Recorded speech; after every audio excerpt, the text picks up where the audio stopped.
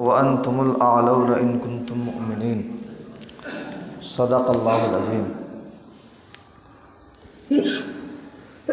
پیارے دوستوں، بزرگوں اور بھائیوں،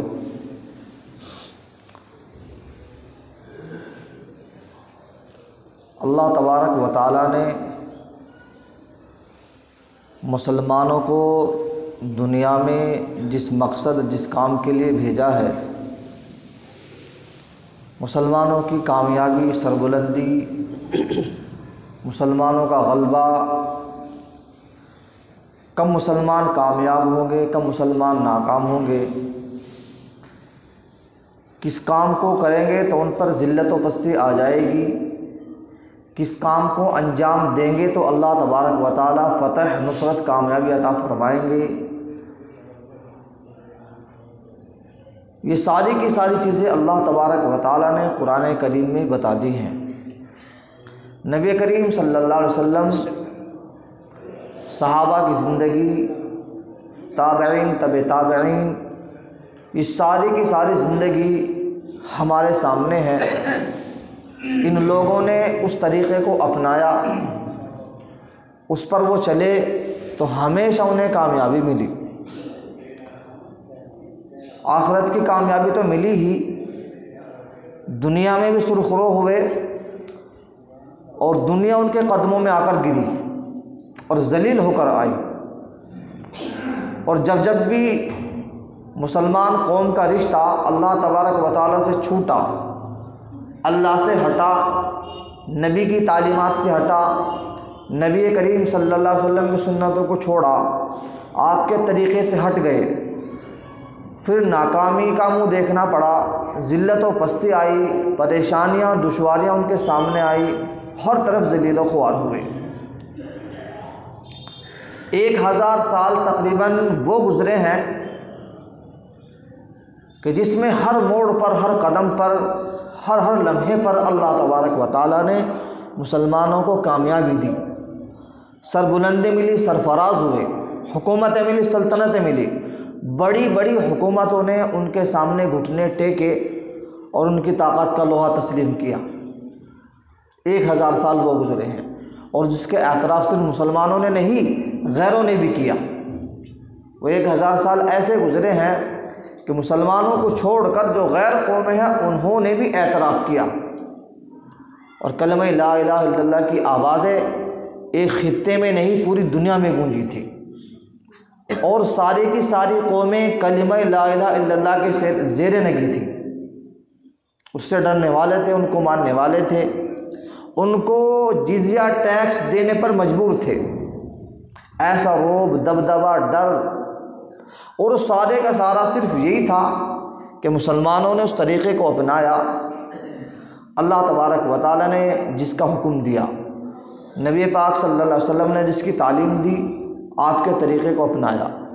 بس یہی چیزیں تھی کہ بڑی بڑی حکومتیں، بڑی بڑی سلطنتیں، بڑی بڑی ریاستیں ساری کی ساری ان کے زیر نگی تھیں، اور جب رشتہ چھوٹا، رشتہ ٹوٹا، سنتوں کو چھوڑا اور اپنے ہاتھوں سے ان کا جنازہ نکالا، اللہ کے حکموں کو توڑا، تو پھر پریشانی آئی، لیکن جب بھی اپنا لیا پھر اللہ نے کامیابی دی۔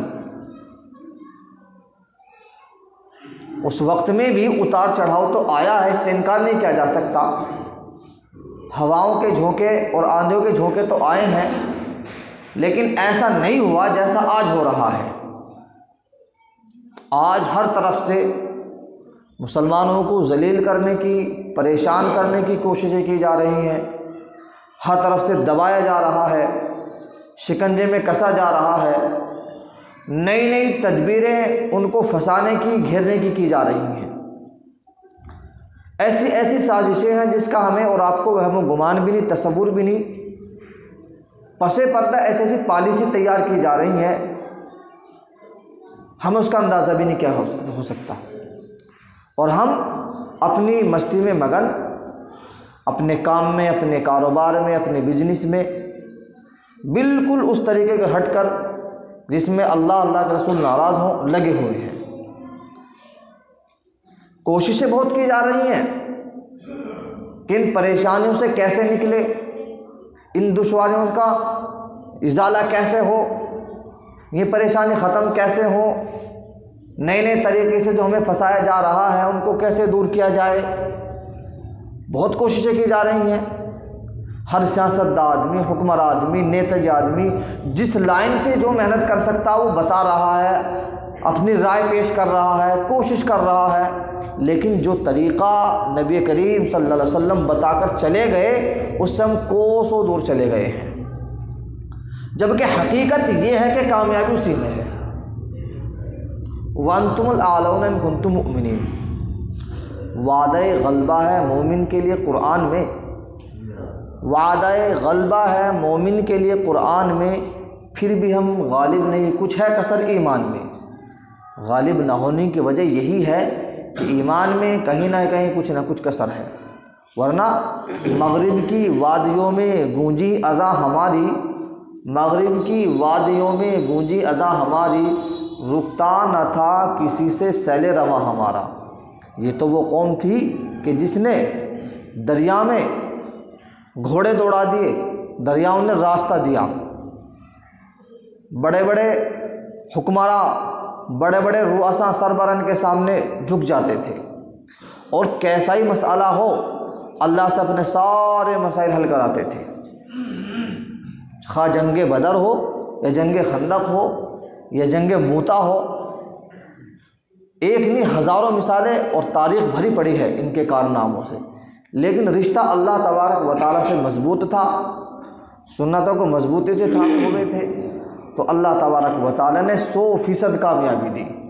آخرت تو سنوری ہی، آخرت میں تو کامیابی طے ہے، دنیا میں بھی اللہ تبارک و تعالیٰ نے ایسی کامیابی دی کہ تاریخ بھلا نہیں سکتی۔ اسی لیے میں نے بات ابھی بتائی کہ صرف مسلمانوں نے نہیں، غیروں نے بھی اعتراف کیا تھا مسلمانوں کی کامیابی کا اور مسلمانوں کی محنت و جد و جہد کا۔ تعلق صرف اللہ سے تھا، لالچ نام کی چیز نہیں تھی، سنت کو مضبوطی سے تھاما، رسول کے طریقے پر صحیح طور پر چلنے والے تھے، اللہ کا ڈر خوف خشیت بھرا ہوا تھا۔ آج کس کس طریقے سے مسلمانوں کو پریشان کیا جا رہا ہے، کہیں ان کے حجاب پر پابندی لگائی جاتی ہے تو کہیں برقعے پر پابندی لگائی جاتی ہے، کہیں یہ اعلان کر دیا جاتا ہے اور بتا دیا جاتا ہے کہ بچیاں برقعے میں اس کالج میں اور اس میں نہیں جا سکتی۔ ایسا کیوں ہو رہا ہے؟ سب سے پہلی کمی تو ہمارے اعمال کی ہے، سب سے پہلی کمی۔ آپ غور کیجئے، نمازوں کا جائزہ لیجئے، سنتوں کا جائزہ لیجئے، اور پھر معاشرات، معاملات، اخلاقیات، رشتہ داری، چغل خوری، بدگوئی، ساری کی ساری، عجب، خود پسندی، حسد، کینہ، تکبر، ہر طرح کی بیماریاں ہمارے اندر پیدا ہو چکی ہیں۔ سب سے پہلی چیز تو یہی ہے۔ قرآن کریم کے اندر وما اصابکم من مصیبت فبما کسبت ایدیکم، تمہیں جو مصیبت، پریشانیاں، دشواریاں آتی ہے وہ صرف تمہارے اعمال بد کا نتیجہ ہے۔ اعمال اگر تمہارے صحیح ہو جائیں گے تو اللہ تبارک و تعالیٰ کی جانب سے فیصلے ویسے ہی ہوں گے۔ اعمال اگر صحیح ہوں گے تو اللہ تبارک و تعالیٰ کی جانب سے آسانیاں، راحتیں، سکون، چین، اطمینان تمہارے لیے اترے گا۔ اعمال سے جب تم گر جاؤ گے، رسول کی سنتوں کو چھوڑ دو گے، توڑ دو گے، جنازہ نکال دو گے، اللہ کے حکم کو توڑ دو گے، تو پھر تمہیں کوئی پوچھنے والا نہ ہوگا، نہ کوئی تمہارا پرسان حال ہوگا۔ پھر اللہ تبارک و تعالیٰ خود تم پر ایسے حاکم مسلط کریں گے کہ تم دشواریوں میں، پریشانوں میں گھر جاؤ۔ بادشاہوں کے قلوب تو اللہ کے 2 انگلیوں کے درمیان ہے، جب چاہتے ہیں نرم کر دیتے ہیں، جب چاہتے ہیں سخت کر دیتے ہیں۔ اعمال ہمارے جیسے آسمانوں کی جانب جاتے ہیں ویسے وہاں سے فیصلے ہوتے ہیں۔ اس لیے سب سے پہلی چیز تو اعمال ہی ہے۔ ہم یہ طے کریں کہ ہم ہر میدان میں اپنے معاملات کو، اپنے اعمال کو، معاشرات کو، اخلاقیات کو ٹھیک کریں گے نا انشاءاللہ۔ اگلی چیز جو ہے وہ غور کرنے کی یہ بھی ہے، اسباب کا کسی نے انکار نہیں کیا، اور نہ انکار کر سکتے ہیں آپ اور میں کوئی بھی۔ ہاتھ پر ہاتھ رکھ کر بیٹھ جائیں، کھانا کسی کے حلق میں چلا جائے، یہ نہیں ہو سکتا، ایسا تو ہوا ہی نہیں۔ ہاتھ پر ہاتھ رکھ کر بیٹھ جائیں صبح سے شام تک کے لیے، اور روزی ایسی برس جائے تو یہ تو ہو نہیں سکتا۔ قرآن میں اللہ نے فرما دیا ہے فَإِذَا قُضِيَتِ الصَّلَاةُ فَانتَشِرُوا فِي الْأَرْضِ وَابْتَغُوا مِن فَضْلِ اللَّهِ، جب تم نماز ادا کر لو تو زمین میں پھیل جاؤ، اللہ کا فضل روزی تلاش کرو۔ تو اسباب سے انکار تو کوئی نہیں کر سکتا۔ یہ میں بات اس لیے عرض کر رہا ہوں کہ جب ہم پر یہ پابندی لگائی جاتی ہے، ہماری بچیاں، ہماری لڑکیاں کہ بھئی برقع پہن کر حجاب کے ساتھ فلاں کالج میں نہیں جا سکتی، تو ہم اپنے کالج کیوں نہیں بنا سکتے؟ اپنے کالج بنانے میں کچھ حرج ہے کیا؟ کچھ حرج ہے کہ بتاؤ، اگر کچھ حرج ہو تو بتاؤ۔ پڑھا تو تب بھی رہے ہیں آپ، غیروں کے یہاں بھیج رہے ہیں، اور بنا سکتے ہیں آپ۔ اور یہ علاقہ تو ایسا ہے ایک نہیں کئی بنا سکتے ہیں، لیکن ہمارا پیسہ دو جگہ زیادہ خرچ ہو رہا ہے، بالکل فضول، شادی اور مکانات۔ شادی میں ان لمیٹڈ پیسہ خرچ ہو جاتا ہے جس کا ہمیں اندازہ بھی نہیں ہوتا۔ اگر کہیں رکشہ والے کے ساتھ سفر کرنا پڑ جائے اور رکشہ والے کے 10 روپے بنتے ہو تو 5 روپے دینے کو ہم تیار ہو جاتے، لڑ لیتے، 1 گھنٹہ خراب کر دیتے، غریب آدمی کو ستا دیتے ہم۔ راستے میں پنجھیرو بیچنے والا ہو 2 روپے کے اوپر 1 گھنٹہ خراب کر دیتے، اور شادی میں 2 3 4 لاکھ کروڑ روپے خرچ ایسے ہو جاتے، فضول بالکل۔ مکانات میں روپے خرچ ہو رہے ہیں۔ یہ اتنا سارا فضول اگر بچ جائے اور آپ کے اپنے کالج ہاسپٹل بن جائیں تو آپ کی عورتیں غیروں کے ہاتھوں میں نہ جائیں۔ ابھی اگر مجھے آپ کسی کو الٹرا ساؤنڈ کرانا ہو، ایک عام ضرورت آدمی کی، سال میں پتہ نہیں کتنے الٹرا ساؤنڈ ہوتے ہوں گے، غیروں کے ہاتھ میں دینے پر مجبور ہیں آپ اور میں۔ وجہ ہمارا اپنا کچھ نہیں ہے، آپ اور میں کوئی کمزور تو ہے نہیں، ہمارے پاس پیسہ ہے، سب کچھ ہے، دل دماغ بھی دیا، اور اللہ نے، میں یہ کہتا ہوں اتنا دماغ مسلمان کو دیا شاید کسی اور کے پاس نہ ہو، لیکن استعمال وہاں نہیں ہو رہا جہاں ہونا چاہیے، پتہ نہیں کہاں استعمال ہو رہا۔ ایک بات بہت گہری آپ کو سناؤں، ایک واقعہ حضرت مولانا قاسم نانوتوی کا، کاش اس واقعے سے میں اور آپ نصیحت پکڑ لیں اور ساری دنیا کام بن جائے گا انشاءاللہ، بہت گہری بات ہے۔ حضرت مولانا قاسم نانوتوی رحمۃ اللہ علیہ، ان کی ہستی سے ایسا تو کوئی ہوگا جو واقف نہ ہو۔ یہ وہ شخص ہیں جنہوں نے دارالعلوم دیوبند کی بنیاد رکھی تھی، اور ایسے موقع پر رکھی تھی، ایسا وقت تھا کہ انگریزی دور تھا، اور مقاصد بھی ان کے کیا تھے وہی جانتے ہیں، اللہ نے اس میں کامیابی دی۔ انگریز بستر باندھنے پر مجبور ہوا، یہاں سے چھوڑ کر بھاگ گیا، اور مسلمانوں کو اللہ نے کامیابی دی تھی۔ خیر، ان کا ایک واقعہ سناتا ہوں، اور کیسی ان کی دور اندیشی، کیا سوچ ہوگی جب انہوں نے ایک بات کہی تھی اور پھر وہ عمل میں آئی اور اس کا پھر فائدہ ہوا۔ یہ جو آپ کا ضلع غازی آباد ہے نا، یہ چھوٹی موٹی چیز نہیں ہے، یہ ضلع غازی آباد پورے ہندوستان کے اندر، جبکہ پاکستان، بنگلہ دیش، افغانستان سب ایک تھا، یہ چنا ہوا چیز ہے۔ اب میں آپ کو واقعہ سناتا ہوں، سچا واقعہ۔ حضرت مولانا قاسم نانوتوی رحمۃ اللہ علیہ جب دارالعلوم دیوبند کے ذمہ دار تھے، محتمم تھے، سب کچھ وہی تھے، اتنے بڑے آدمی تھے وہ، لیکن جسم و جسم میں کوئی زیادہ وہ نہیں تھے، عام سے آدمی رہتے تھے، بالکل جیسے عام دیہاتی ہوتا۔ علم اتنا وسیع تھا کہ ہمیں آپ کو اندازہ نہیں ہو سکتا۔ تو اکثر وہ ادھر خرجہ سائڈ میں آ جایا کرتے تھے، کبھی خرجہ، بلند شہر، کسی نہ کسی پروگرام سے۔ وہاں پاس میں ایک جگہ چھتاری نام سے ہے، سنا ہوگا لوگوں نے، قصبہ چھتاری۔ وہاں کے ایک نواب صاحب تھے، نواب بھی علماء سے سچی محبت کرنے والے تھے، بات کو ماننے والے تھے۔ آج زبان سے کہنے والے زیادہ ہیں لیکن ماننے والے کم ہیں۔ خیر، حضرت کا آنا ہوتا رہتا تھا۔ ایک بار آنا ہوا کسی گاؤں میں، تو نواب چھتاری نے چاہا کہ میں حضرت سے ملاقات کر لوں۔ اب بھی چاہتے ہیں لوگ، مسافہ ہو جائے، حضرت دعا کر دیں گے، زیارت ہو جائے گی، عالم کی زیارت ہے، ثواب بھی ملے گا، اس سے انکار بھی نہیں کر سکتے۔ نواب چھتاری نے چاہا کہ میں حضرت سے ملاقات کروں، اور ملاقات کے لیے چھتاری چھوڑ کر اس گاؤں کے لیے نکل پڑے جہاں حضرت تھے۔ جب نواب چھتاری اس گاؤں میں پہنچے تو حضرت کا پروگرام پورا ہو چکا تھا، دوسرے گاؤں کے لیے نکل چکے تھے۔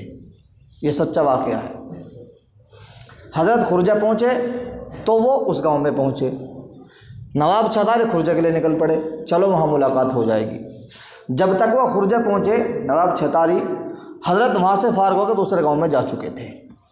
2-3 گاؤں میں ایسا ہی ہوا۔ کسی نے حضرت سے بتایا کہ وہ نواب چھتاری ہیں اور وہ آپ سے ملنا چاہتے ہیں، آپ سے ملاقات کرنا چاہتے ہیں۔ حضرت نے کہا بھائی وہی تو چاہتا، میں تو ملاقات کرنی نہیں چاہتا اس سے، مجھے اس سے ملاقات کی ضرورت نہیں ہے۔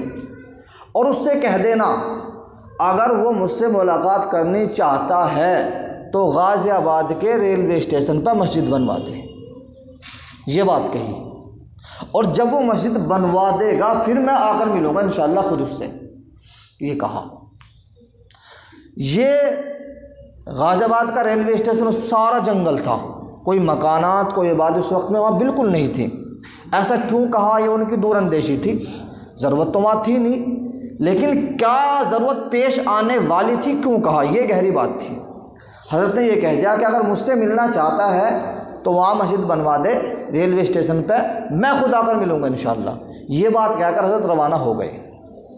ادھر یہ بے چین تھے کہ مسجد تو مجھے بنوانی ہے، درخواستیں دی، اپلیکیشن لگائی، قبول نہ ہوئی، منظور نہ ہوئی۔ ایک دی، دوسری دی، تیسری دی، چوتھی دی، پانچویں دی، 49 درخواستیں منظور نہیں ہوئی۔ لیکن وہ آدمی مشن سے نہیں ہٹا۔ کون؟ نواب چھتاری برابر درخواستیں دیتا رہا۔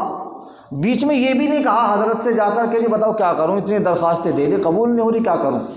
50ویں درخواست جب دی تو کوئی مسلم آدمی چینج ہوا جو اس عہدے پر تھا اور وہ قبول ہوئی۔ ان کی محنت کو بھی داد ہے کہ 49 درخواستیں ہو چکی، قبول نہ ہونے کے باوجود مشن سے نہ ہٹے۔ 50ویں قبول ہوئی، قبول ہوتے کام شروع ہوا، پیسہ تو بہت تھا، جلدی سے مسجد تعمیر ہوئی۔ حضرت کو خبر کی گئی کہ مسجد تعمیر ہوگی۔ اب حضرت کی عمر کافی ہو چکی تھی، بیمار زیادہ تھے۔ اب کہا بھائی اس نے اپنا وعدہ پورا کیا، مجھے بڑی خوشی، میں دعا دیتا ہوں دل سے اللہ اسے کامیابی دے گا یہاں بھی آخرت میں بھی، لیکن میں اس وقت ملاقات نہیں کر سکتا، میں چلنے کی ہمت بھی نہیں ہے۔ اپنا خاص خادم ایک پرچے پر کچھ لکھا اور بھیجا کہ جاؤ نواب چھتاری سے کہہ دینا کہ میری ملاقات حضرت کی ملاقات ہے اور اللہ آپ کو اس کا اجر دے گا، آپ نے اپنا وعدہ پورا کیا، میں نہیں کر پایا، میں معذور ہوں۔ یہ تو بات پوری ہو گئی۔ اب دور اندیشی سمجھو، کچھ دن بعد ہی، اس کے کچھ دن بعد جب مسجد تعمیر ہو گئی اور حضرت اپنے خاص خادم یہ کہہ کر بھیجا اس مسجد کے لیے کہ وہاں جاؤ نماز پڑھانی اور وہیں رہنا، جانا نہیں ہے، کوئی بھیجے کچھ بھی کہے وہاں سے جانا نہیں ہے، وہیں رہنا تمہیں، نماز پڑھانی، بچے پڑھانے، وہاں سے جانا نہیں ہے تمہیں۔ وہ خادم تھے، وہاں چلے گئے۔ اب ایک فتنہ وجود میں آتا، یہ تھی دور اندیشی حضرت کی۔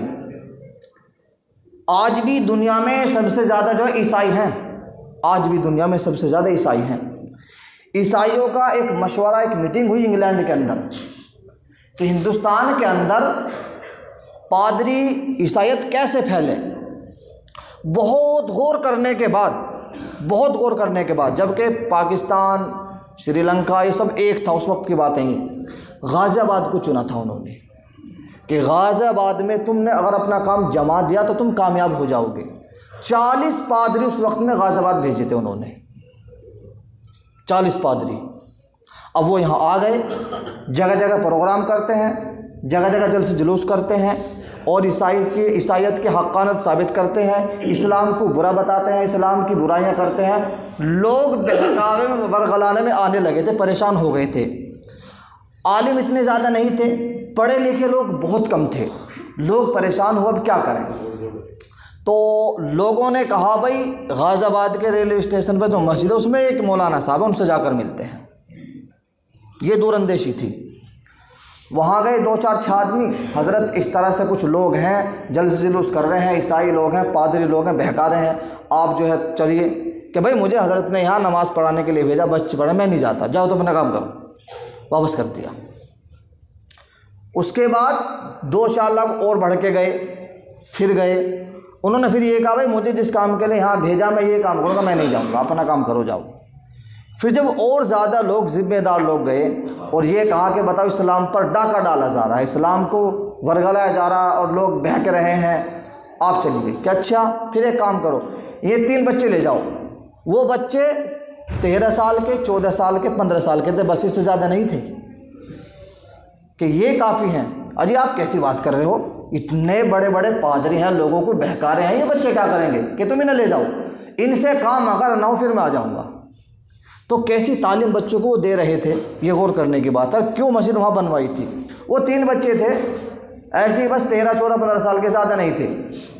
جلسہ چل رہا تھا، اسلام کو برا بتایا جا رہا تھا، عیسائیت کو ثابت کیا جا رہا تھا۔ ایک بچے نے ایک سوال کیا، بس وہ سب چھوڑ کر بھاگ گئے تھے میدان کو، بستر باندھ لیا تھا۔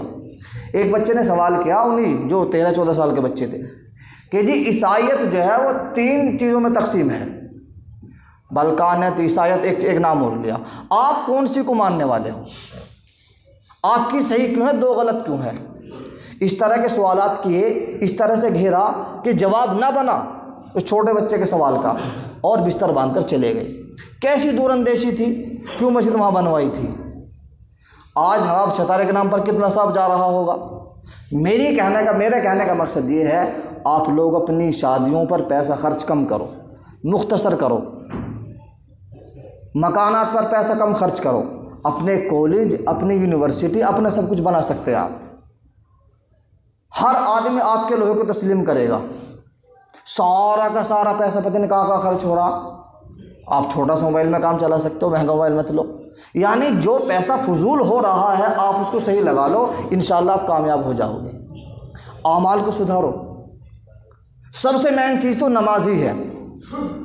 حضرت عمر فاروق رضی اللہ تعالیٰ عنہ نے جب اپنے گورنروں کو بھیجا تھا مختلف علاقوں میں، تو یہی بات کہی تھی، تمہارے سارے کاموں میں سب سے اہم نماز ہے، اگر تم نے نماز کو مضبوطی سے تھامے رکھا، اس کے وقت پر ادا کیا، تو تمہاری ساری کامیابیاں تمہیں ملتی رہیں گی۔ نماز میں اگر کوتاہی ہوئی تو تم ناکام ہو جاؤ گے۔ اب آپ اور میں اپنے بارے میں غور کریں، ماشاءاللہ خوب نمازی ہیں، ابھی 2 رکعت پڑھیں گے اور مسجد ساری خالی ہو جائے گی۔ اللہ کے واسطے اللہ سے ڈرو، دل میں خوف پیدا کرو۔ آنے والی نسلوں کا کیا ہوگا؟ یہ چھوٹے چھوٹے بچے جو آتے ہیں نا، 2 4 6 10 سال 5 سال کے، یہ آپ لوگ کو مجھے دیکھتے ہیں، اگر انہوں نے یہ سمجھ لیا کہ 2 ہی رکعتیں فرض ہیں تو پھر کیا ہوگا؟ یہ آپ کو مجھے دیکھ کر تو چلتے ہیں نا۔ اس لیے آپ لوگ آئے ہیں اب بھی، اور آئندہ پور نماز کا اہتمام کرو، اور اس کے علاوہ کتنی ساری بیمار ہم میں گھسے ہوئی ہیں، سب سدھارنے کی کوشش کرو۔ اللہ تبارک و تعالیٰ عمل کی توفیق عطا فرمائے۔ وما علینا الا البلاغ۔